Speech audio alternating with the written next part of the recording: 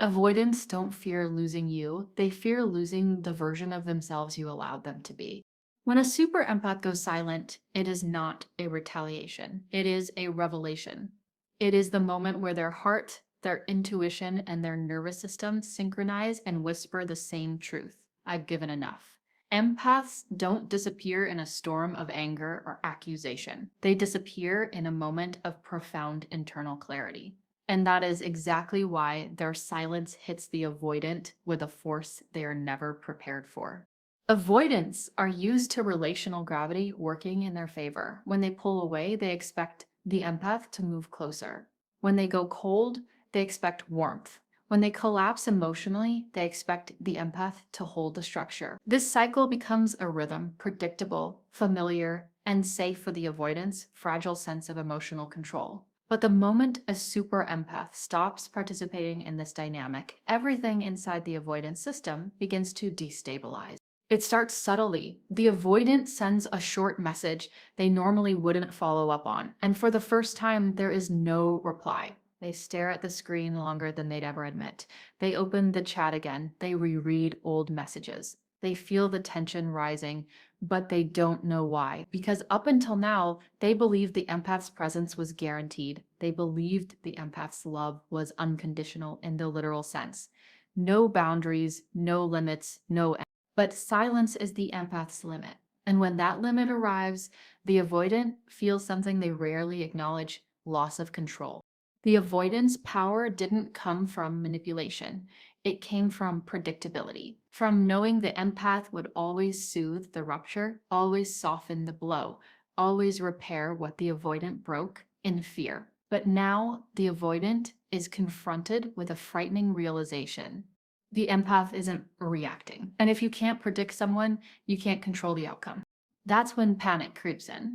But it's a quiet panic, the kind they won't show, won't voice, won't confess. It settles in their chest as restlessness, irritation, overthinking. They start checking your social media, not because they want to reconnect yet, but because they want reassurance. Are you still there? Am I still safe in your emotional orbit? When they see you aren't chasing, a deeper fear erupts, a fear they've carried their entire life. Without this person, who am I? Because the truth is this: avoidants don't fear losing the relationship.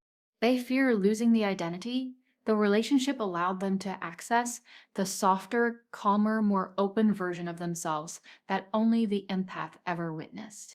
And when the empath goes silent, that version of them vanishes. Not because you took it away, but because they don't know how to access it alone. That is the real breakdown. Not the distance, not the silence, not even the loss. It's the terrifying realization that the best version of themselves was the one reflected through you, and now they can't find it anymore. An empath's silence is never spite, it's graduation. When a super empath goes quiet, the avoidant often misreads it at first.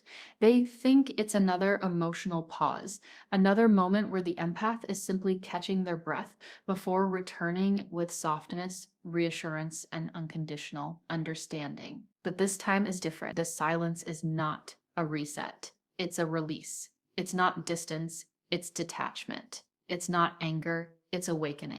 Empaths don't stop speaking because they want to teach someone a lesson. That's not their style, and it's not their heart.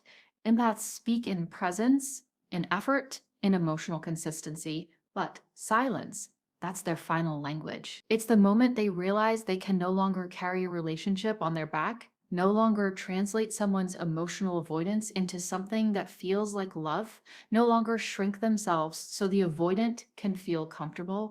This silence is not punishment. It's a boundary formed from exhaustion. Avoidants rarely understand how many chances they've already received. They don't realize how many times the empath overlooked mixed signals, emotional shutdowns, delayed responses, micro rejections, and inconsistent affection. The empath forgave things the avoidant didn't even notice they were doing. They stretched themselves to become an emotional buffer, a translator, a safe landing for someone who never learned how to land without hurting themselves or the relationship. But even empaths have limits, and silence is the sound of those limits finally being reached.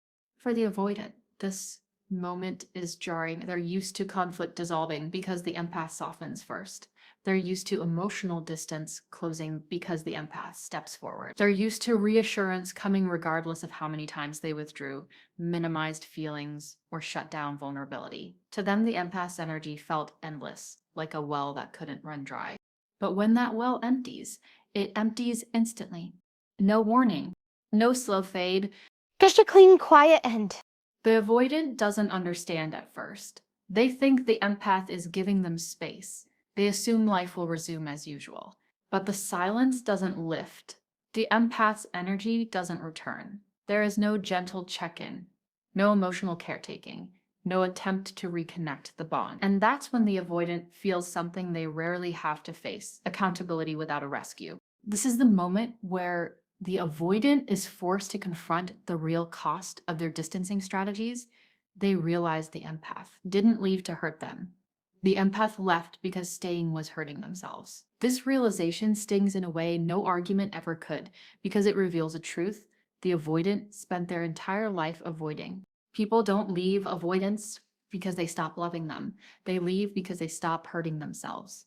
And as that truth sinks in, the avoidant experiences a kind of emotional collapse they can't admit out loud, not because the empath is gone, but because the pattern is broken. The certainty is gone. The safety net is gone. The unconditional forgiveness is gone.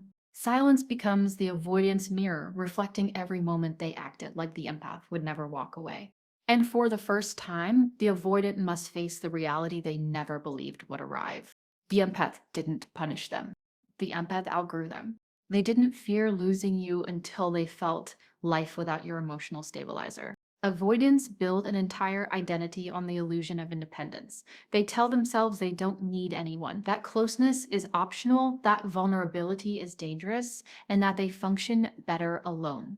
This belief system becomes their emotional armor, rigid, familiar, and comforting. But what they never realize is that this armor only holds because someone else is quietly holding them, and that someone is almost always the empath. Empaths are the silent scaffolding in the avoidance life. They create connection without pressure. They offer love without demands. They bring emotional warmth that makes the avoidant feel stable, accepted, and worthy in ways they cannot generate internally. The avoidant mistakes this for their own strength. They think their calm comes from themselves. They think their stability is self-made. They think their emotional regulation is natural. But it's not. It's borrowed. And the moment the empath goes silent, that borrowed stability collapses. At first, the avoidant feels a strange discomfort they can't identify, a heaviness, a restlessness, an irritation with things that never bothered them before. They may even convince themselves that the silence feels good. Finally, I have space. But space without emotional regulation doesn't feel like freedom. It feels like emptiness. The avoidant begins noticing the cracks. They're more reactive, more anxious, more confused about their own decisions, more aware of the emotional void they used to ignore.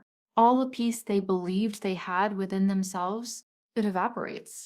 Because the truth hits them slowly but undeniably, their independence wasn't independence. It was co-regulation, disguised as self-sufficiency. The empath was the grounding force, the emotional anchor that kept them centered without them realizing it. And without that anchor, the avoidant drifts internally. They aren't falling apart dramatically, but their inner world becomes unstable in subtle, unsettling ways. They overthink conversations they once dismissed. They feel disconnected from their usual routines. They lose motivation or feel emotionally flat. They replay moments with the empath and wonder why they feel so hollow. This internal unraveling is the beginning of the avoidance breakdown, not because they miss the empath yet, but because they miss the version of themselves they were with the empath. The avoidance fantasy of independence depended on a stable emotional backdrop. The empath provided that backdrop seamlessly, invisibly, consistently. Without it, the avoidant faces the emotional truth they've avoided for years. They don't actually feel safe when they're alone. They feel numb, and numbness is not peace, it's suppression. This is when panic starts to replace detachment, because now the avoidant realizes something terrifying. The life they thought they wanted, the quiet, the distance, the autonomy, the emotional freedom, doesn't feel liberating. It feels lonely. It feels unregulated. It feels wrong. And they begin to understand a truth they never imagined would apply to them. Their independence wasn't a strength, it was a dependency on someone who never asked for credit. Once that illusion breaks, the avoidance emotional world starts collapsing inward. Not dramatically, not loudly, but undeniably. Your silence is the mirror they've avoided their entire life. When the empath finally goes quiet, it creates an emotional vacuum the avoidant cannot outrun. Avoidants spend most of their lives avoiding two things: deep vulnerability and their own shame. They can dodge conversations, withdraw from intimacy, shut down uncomfortable emotions, and escape into work, solitude, or detachment. But there is one thing they cannot escape from: the silence of someone who once loved them unconditionally. Empaths are healers by nature. They soften the hard edges of the avoidant self protection without ever trying to. They offer understanding before judgment, patience before frustration, and unconditional presence before criticism. This presence creates a buffer, a soft emotional cushion that shields the avoidant from their own internal wounds. As long as the empath is there, the avoidant doesn't have to face the deeper truths: their fear, their insecurity, their guilt, their emotional immaturity, their tendency to push away the people they care about most. But when the empath withdraws, that cushion disappears instantly. Suddenly, the avoidant is left alone with the very feelings they've spent years, sometimes decades, outrunning. At first, it feels like irritation or confusion. They'll tell themselves they're overreacting. They'll calm down. They always come back. But when the silence stretches, something else begins to rise. A deeper, heavier emotion they can't rationalize away: shame. Avoidant shame isn't loud. It doesn't come with big displays of regret or desperate attempts to fix things. It comes in subtle, intrusive waves they try to suppress, replaying their dismissive tone, remembering the way you looked when they pulled back, feeling guilt over things they minimized, asking themselves why they couldn't show up differently, wondering why they always sabotage good things. Avoidants don't usually feel shame in the moment, they feel it in the aftermath, and silence is the aftermath. Your absence becomes a mirror, reflecting everything they didn't want to see: how they took your softness for granted, how they confused your empathy for endurance, how they expected you to absorb the impact of their fears, how they convinced themselves they didn't need connection. But the hardest truth, they realize you weren't asking for too much, they were giving too little. This realization hits them in the quiet moments late at night after a long day when their defenses are down. The empath's silence echoes in their mind, not as anger, but as truth. I can't keep showing up for you when you won't meet me halfway. That message, unspoken yet unmistakable, forces the avoidant into emotional territory they never wanted to explore. They start questioning themselves, not in a self hating way, but in a deeply confronting way. Why do I shut down? Why can't I just let someone love me? Why do I hurt the person I care about? Why am I scared of the one person who's safe? This is the avoidance internal breakdown. Not dramatic, not visible, but profoundly destabilizing. Because for the first time, the avoidant isn't running from a partner. They're running from the reflection of themselves. And there's nowhere left to run. Avoidants don't break down because you're gone. They break down because the version of them you brought out disappears with you. When the empath goes silent, the avoidant doesn't immediately think, I miss them. That level of emotional clarity takes time, time without your presence, without your warmth, without your grounding energy. What hits them first is something less obvious, but far more destabilizing. They start missing the version of themselves that only existed when you were around. Avoidants rarely feel emotionally safe, even within their own skin. Their default state is distance: distance from others, distance from vulnerability, distance from the parts of themselves they don't understand. But with the empath, that distance melted just enough for them to feel human again, enough for them to feel seen, understood, accepted, without pressure. And when that disappears, the emotional collapse begins from the inside out. At first, the avoidant feels the shift as an internal tension. They'll try to drown it out with routine, distractions, work, scrolling, anything that keeps them from sitting with the uncomfortable truth that something feels different. But the difference isn't the loss of the relationship, it's the loss of emotional regulation. Without realizing it, the avoidant had become dependent on your presence, not for validation, but for balance. You were the calm that soothed their storms. You were the warmth that softened their edges. You were the emotional translator who made their confusing feelings feel less threatening. With you, they didn't have to pretend. They didn't have to perform. They didn't have to stay armored. They could simply be. But now that you're silent, they lose access to that softness within themselves. They become more irritable, more restless, more withdrawn, not because they're mad at you, but because they're uncomfortable with themselves. They don't miss the relationship yet. They miss the emotional safety created by your presence. They miss the version of themselves who could laugh more freely, open up a little more deeply, soften their guard without panic. They miss the person they could have been because that person only existed when they felt understood. Avoidants rarely understand how much the empath was regulating their internal world until that regulation disappears. They thought they were self-sufficient. They thought they functioned fine alone. They thought they didn't need deep connection. But your silence forces them to confront a painful truth. They didn't function well alone. They merely functioned numb. And numbness feels manageable until it's compared to what it felt like to be emotionally seen. Once they've tasted emotional safety, emotional numbness no longer feels like peace. It feels like loss. That's when the real missing begins. But it isn't missing you the way most people imagine. It's missing the emotional version of themselves they could only access through their connection with you. The avoidant starts wondering why life feels heavier, why emotional walls feel colder, why simple things feel overwhelming. They start replaying old moments with you, not for nostalgia, but for clarity. Why did I feel more at ease around them? Why was I able to open up with them? Why did everything feel more right when they were there? Slowly, subtly, and inevitably, the avoidant realizes something profound. They weren't losing control when they let you close. They were losing isolation. And isolation was never peace. It was a prison they mistook for safety. This is the moment the avoidant starts missing you. Not because you're gone, but because the best version of them went silent the moment you did. Avoidants feel safest when they know you'll stay, even if they push you away.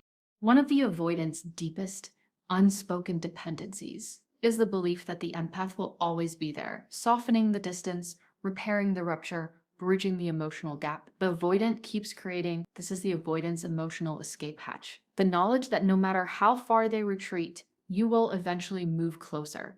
It gives them the illusion of freedom without consequence. They can pull away without losing the relationship. They can shut down without losing your warmth. They can withdraw without losing your loyalty. This silent assurance becomes their safety net. But when the empath stops reaching, when silence replaces reassurance, the avoidant's entire emotional system goes into shock. Avoidants rely heavily on the invisible pattern. They withdraw. You pursue. They detach. You reconnect. They shut down. You open the door again.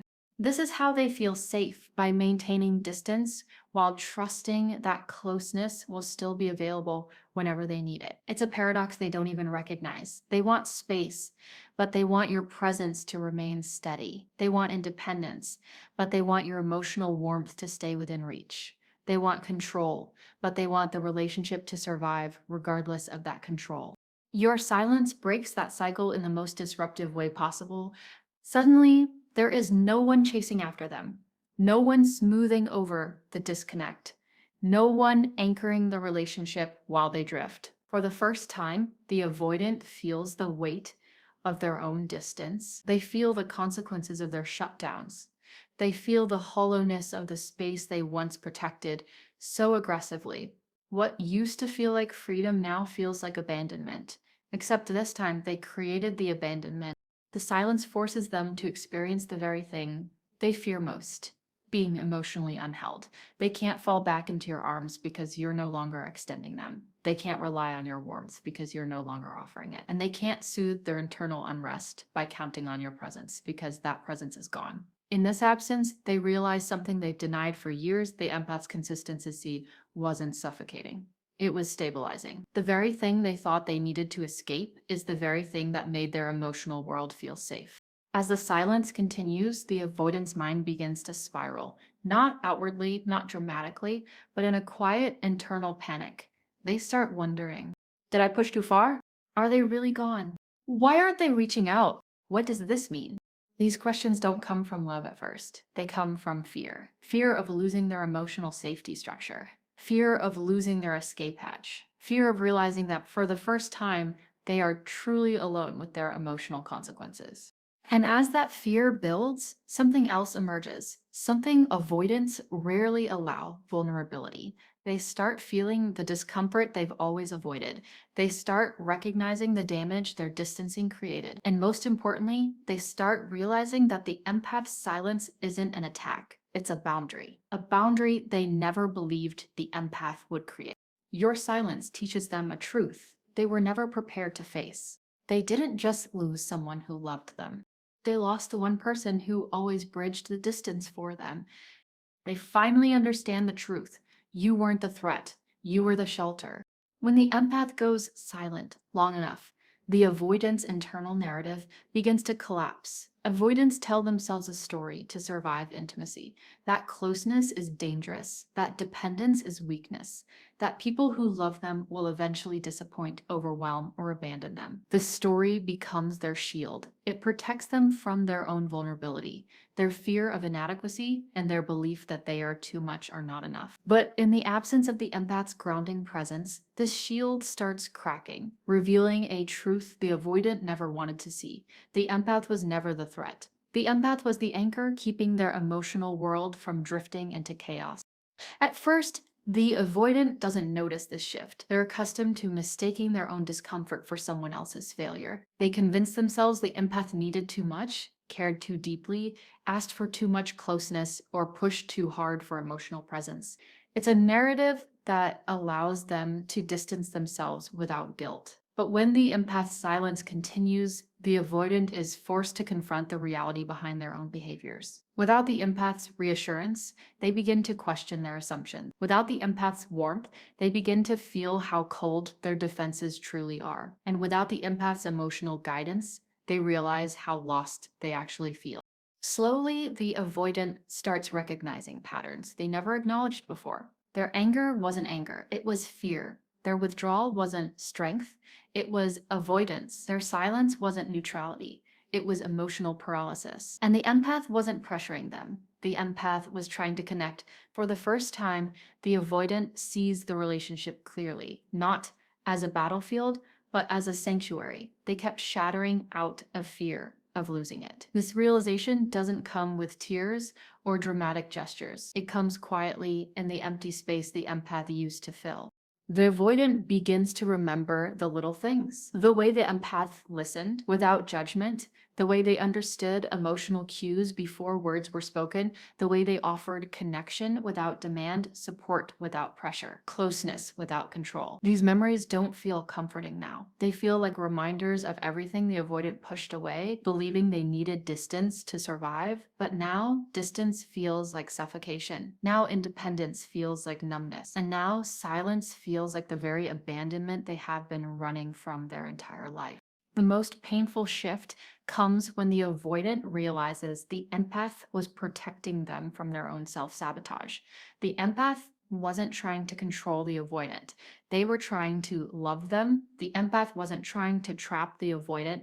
They were trying to reach them. And the empath wasn't the one who created instability. They were the only one who ever brought stability. The avoidant sees this too late, at a moment when the empath's silence is no longer temporary but self-preserving.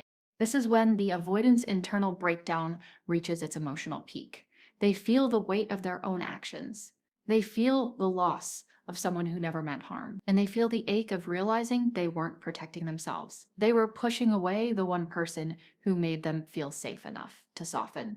The avoidant finally understands the truth they spent their entire life avoiding. The empath was not the danger. The empath was the anchor. And without that anchor, they're not free. They're unmoored. Avoidants fantasize about closeness, they just don't know how to keep it. By the time the empath's silence becomes a reality rather than a temporary pause, the avoidant enters a stage of emotional collapse they never expected to face. Contrary to what people assume, avoidants do imagine a future with the person they love. They just imagine it quietly, privately, and from a safe emotional distance, where it can't be taken away from them. They don't express these dreams because expressing them feels like a risk. They don't build toward them because building feels like pressure. But inside their mind, they hold a version of the relationship that feels safer than the real one where they can love without being overwhelmed, stay without suffocating, and connect without losing themselves. So when the empath disappears into silence, the avoidant doesn't just lose the present, they lose the future they never admitted they were holding on to. At first, the avoidant doesn't recognize this loss. They feel an emptiness, a heaviness, a shift internally, but they can't name it. Avoidants struggle to identify emotion in real time, especially when those emotions are tied to vulnerability or attachment. But as the silence stretches, they begin to feel a grief that doesn't make sense to them. It isn't just sadness, it isn't just regret. It's a mourning for something they never fully embraced, never fully allowed, but quietly hoped would unfold someday. This is the moment where the avoidant finally realizes the empath wasn't temporary to them, even if they acted casual, even if they downplayed feelings, even if they minimized long-term conversations. Deep down, they had placed the empath in their future. Maybe not in the way the empath imagined with words and plans and open expression, but in the way avoidants imagine love, quietly, deeply, protectively, and silently. They imagined coming back when they felt ready. They imagined softening someday. They imagined opening up more one day. They imagined being able to love without fear eventually. The problem is that avoidants live in eventually, while empaths live in the present. And eventually never comes when distance is their survival mechanism. When the empath goes silent, the avoidant is forced to confront a truth that feels like a punch to the chest. The one day they were secretly relying on will never arrive now. They didn't just lose the relationship, they lost the timeline they thought they had. They lost the emotional safety net of believing they could always come back when they were ready. They lost the fantasy where everything sorted itself out without them having to face their fear of closeness. And that is the true source of their breakdown. Because for the avoidant, losing now hurts, but losing later destroys them. This realization is especially painful because avoidants don't allow themselves to want things openly. When they finally recognize that they wanted you, truly wanted you, beyond fear, beyond ego, beyond self-protection, they realize they sabotaged the very thing they hoped would stay untouched by their patterns. The empath silence closes the door. The avoidant assumed would always remain open. That finality shakes them in ways they struggle to articulate. They feel the emptiness, not just of losing someone who understood them, but of losing the version of their future self they hoped would someday be capable of loving you the way you deserve. This is the collapse that breaks them internally. The realization that their fear didn't just protect them from pain, it cost them the future they secretly cherished. When a super empath goes silent, the avoidant is suddenly left alone with the one thing they've spent their entire attachment style trying to outrun themselves. No distractions, no emotional cushions, no soothing presence to stabilize the chaos inside their chest. It's the moment the mirror turns back toward them and there's no one else to blame, distract, or project onto. At first, the avoidant tells themselves a story of indifference. I'm fine. I needed this space anyway. But space is not relief this time. Space is pressure. Because the empath isn't waiting. They aren't checking. They aren't giving soft landings anymore. The avoidant feels the silence like an exposed nerve. Suddenly, every minimized emotion resurfaces. The fear of not being enough. The guilt of holding back love. The shame of running from someone who genuinely cared. And the empath's silence becomes the loudest thing in their life. What destabilizes the avoidant isn't the distance, it's the lack of emotional gravity. Empaths give avoidance something they've never had: a steady, safe emotional field. When that field disappears, the avoidant is forced to feel the emotional weight they've always offloaded onto others. They feel the consequences of their coping mechanisms, the emotional withdrawals. The avoidant pushes, the empath absorbs, the avoidant shuts down, the empath adapts. But now the cycle has snapped, and the avoidant realizes the person who always understood them has stepped out of the dance. This is the first time they truly understand what they lost. Not a partner, not a relationship, but the one person who offered them an emotional home without demanding anything in return. And with that realization comes the breakdown. One part regret, one part longing, one part self-confrontation. They replay everything. The moments they dismissed, the tenderness they rejected, the intimacy they sabotaged.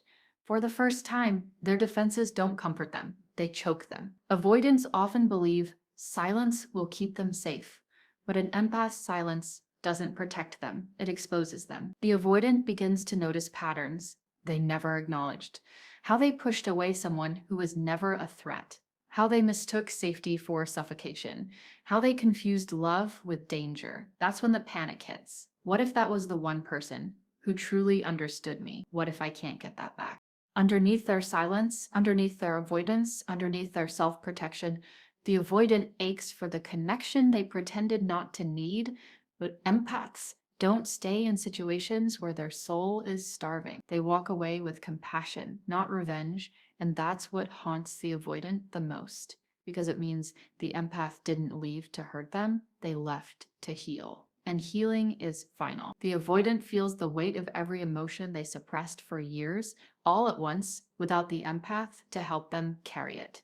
That is the real breakdown. When they realize the empath didn't abandon them, they simply stopped saving them.